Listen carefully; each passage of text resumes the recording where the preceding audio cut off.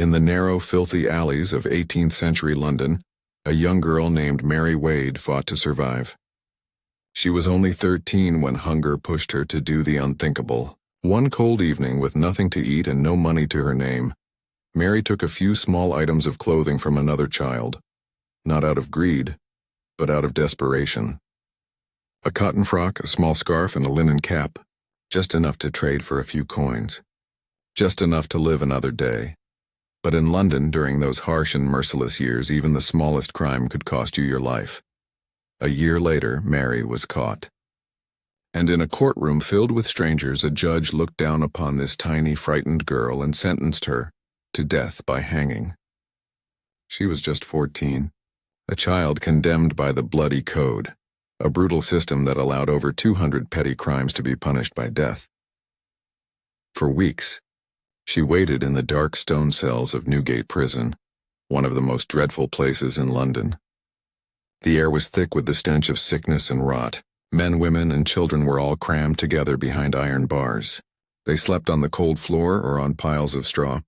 Rats scurried in the corners, and the cries of the condemned echoed through the night. Mary lay awake each evening, wondering if the next morning would be her last. Somewhere above her she could hear the distant sound of the gallows being prepared, the slow creak of wood and rope. But fate had other plans. Someone, perhaps a government official, perhaps a kind-hearted judge, decided that Mary was too young to die. Her sentence was changed from death to transportation for life. Instead of facing the hangman's rope, she would be sent across the world. To a distant and unknown land, New South Wales, a penal colony at the edge of the earth. In the summer of 1789, Mary was taken from her cell and led to the docks. There she saw the ship that would carry her to her fate, the Lady Juliana. She was 14 years old. The Lady Juliana was loaded with more than 200 women, most of them convicts like Mary. The newspapers mocked it, calling it a floating brothel. But for these women, it was a floating prison, a world of hardship, fear, and endless ocean. The voyage lasted almost a full year. They left Plymouth in July 1789 and didn't arrive in Sydney until June of 1790. The days blurred together in a haze of salt, sickness, and hunger. The air below deck was suffocating, thick with the smell of sweat and unwashed clothes. The food was salty and hard. Water was precious, and storms at sea often turned the ship into a rocking coffin. But still Mary endured. Perhaps she found strength in the company of the other women. Perhaps she dreamed of freedom or simply of survival. For a girl who had never left the narrow streets of London, the endless sea must have felt like another kind of prison, one with no walls, but no escape. When the Lady Juliana finally reached Sydney Cove, the colony was barely surviving. Food was scarce, buildings were few, and disease spread quickly. To make things worse, most of the new arrivals, including Mary, were sent on to a remote outpost called Norfolk Island, a tiny patch of land far out in the Pacific Ocean. Norfolk was meant to be a farming settlement, but it was a place of isolation and punishment. The soil was hard, the work relentless. Supplies were rare, and every mistake was met with cruelty. But Mary survived, because survival was all she had ever known. There, as a teenager still, she gave birth to her first child, a daughter named Sarah, around 1793. A few years later came a son, William.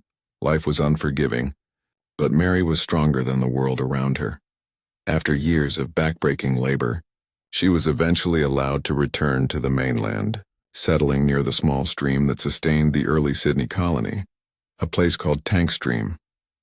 There she lived in a tent with her children, washing clothes and cooking for others to earn enough to eat. It was in those early years in Sydney that she met a man named Jonathan Brooker, another convict who worked as a chairmaker. The two shared a bond forged by hardship and resilience.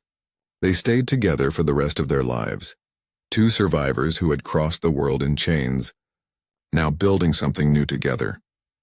In 1812, after years of servitude, Mary Wade received her certificate of freedom. She was 37 years old. For the first time, she could choose where to go, where to live, and who to be. She and Jonathan moved north to the Hawkesbury River, where they began farming the land. Life there was harsh. The weather swung from brutal heat to devastating floods and fires. In 1823, a bushfire tore through their farm, destroying their home and everything they owned. But Mary didn't give up. She never did. Together, she and Jonathan started again, moving south to the Illawarra region where the soil was rich and the land more forgiving. There, they built a new home and raised a family that would one day stretch across an entire continent. Over her lifetime, Mary gave birth to 21 children. 14 of them lived to adulthood, a remarkable number in those days. Her descendants multiplied quickly: farmers, teachers, carpenters, and settlers who helped shape the growing colony. By the time Mary reached old age, she had hundreds of grandchildren and great-grandchildren. On her 84th birthday, December 17, 1859, Mary Wade passed away in Fairy Meadow, near Wollongong, surrounded by family. Her funeral was the first ever held at St. Paul's Church of England, a church built on land donated by one of her sons.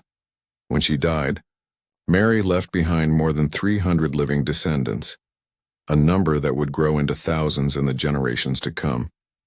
Among them, many who would go on to build, lead, and even guide the nation she had helped to create. Her story, once forgotten, has become a symbol of courage and endurance. Mary Wade began life as a poor child in the slums of Westminster, sentenced to death for stealing clothes. She crossed an ocean in chains, endured a year-long voyage, survived brutal labor, fires, and floods, and yet she built a life, a home, and a family legacy that would outlast empires. She transformed from a condemned girl to a matriarch, one of the founding mothers of Australia. Her blood still flows through thousands of Australians today. Her story whispered down generations. From the narrow streets of London to the open fields of New South Wales, Mary Wade's journey is a reminder that even from the harshest beginnings, hope can endure, and from the smallest acts of survival, a legacy can be born. She began her life as a convict, but she ended it as a mother, a settler, and a symbol of what it means to overcome. Mary Wade's name still lives, not as a criminal, but as a survivor. A child who turned a death sentence into a family legacy that still echoes through time.